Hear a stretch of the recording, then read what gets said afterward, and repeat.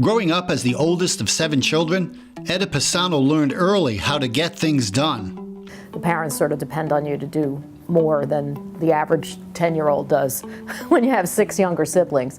I'm one of those girls that was called bossy when she was 8 years old. When she was 15, family tragedy struck when her mother developed a brain tumor. Between the time she was seen by the neurologist and she had her scheduled CT scan, she died. The loss of her mother cast Dr. Pisano into a crucial leadership role within her family. It was intense. My dad knew that if he could turn to me and rely on me after this terrible event. I was sort of the organizational guru of the family. I was the one who figured out who had to go where and how to get things done. The dramatic experience and her natural predisposition to be a leader have shaped Dr. Pisano into the internationally respected radiology researcher and administrator that she is today. From 2010 to 2014, she was the first female dean and vice president for medical affairs at Medical University of South Carolina in Charleston, and her name is synonymous around the world with the words digital mammography. She currently is the only active South Carolina physician who is a member of the Institute of Medicine. I have known Dr. Pisano since 1977. Etta's greatest strength is her efficiency and capacity for getting things done. It's just amazing what she gets done in 24 hours is more than many people accomplish in months or weeks. Dr. Pisano was principal investigator and lead author in the largest mammography clinical trial in the world.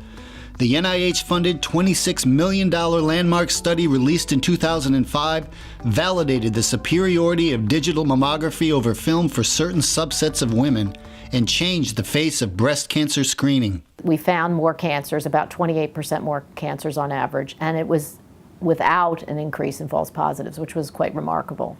When the study was completed, the entire market went from film to digital. 100% of the systems in the United States became digital.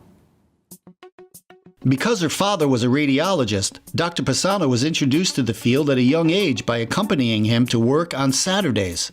Watching him at work, I thought, this has got to be the most boring job around. I did not want to be a radiologist.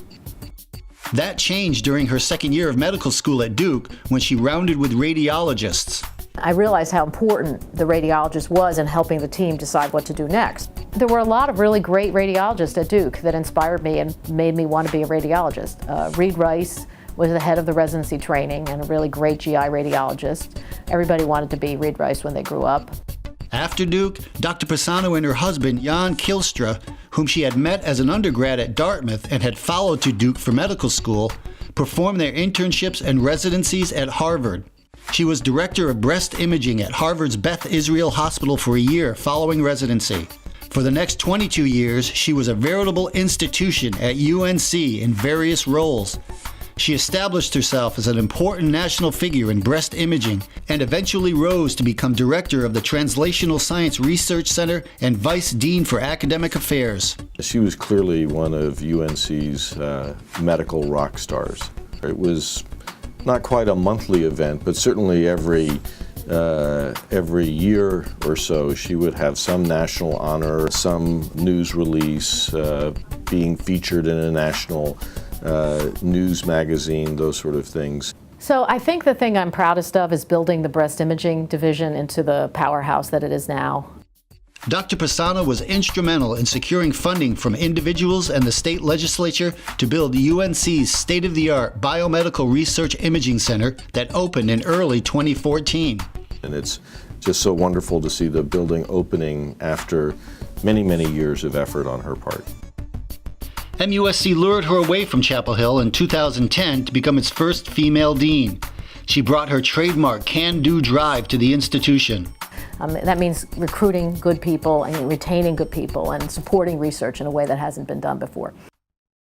Dr. Pisano and Jan are extremely devoted to their family.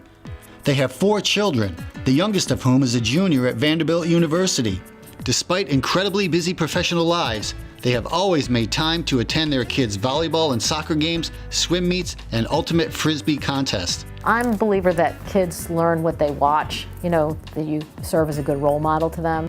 They live on Sullivan's Island, about 20 minutes from Charleston, where they love spending time outside. One of their favorite pastimes is walking their dogs on the beach. So we basically bike and kayak and just hang out at the beach. I mean, it's really, it feels like we're on vacation when we're off, basically.